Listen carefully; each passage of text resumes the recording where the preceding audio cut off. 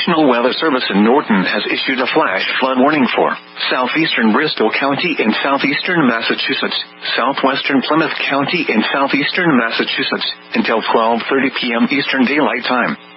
At 9:22 a.m. Eastern Daylight Time, Doppler radar indicated thunderstorms producing heavy rain across the warned area. Between 1 and 2 inches of rain have fallen.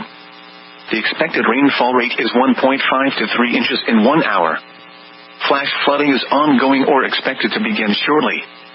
Hazards include flash flooding caused by thunderstorms, flash flooding of small creeks and streams, urban areas, highways, streets and underpasses, as well as other poor drainage and low-lying areas.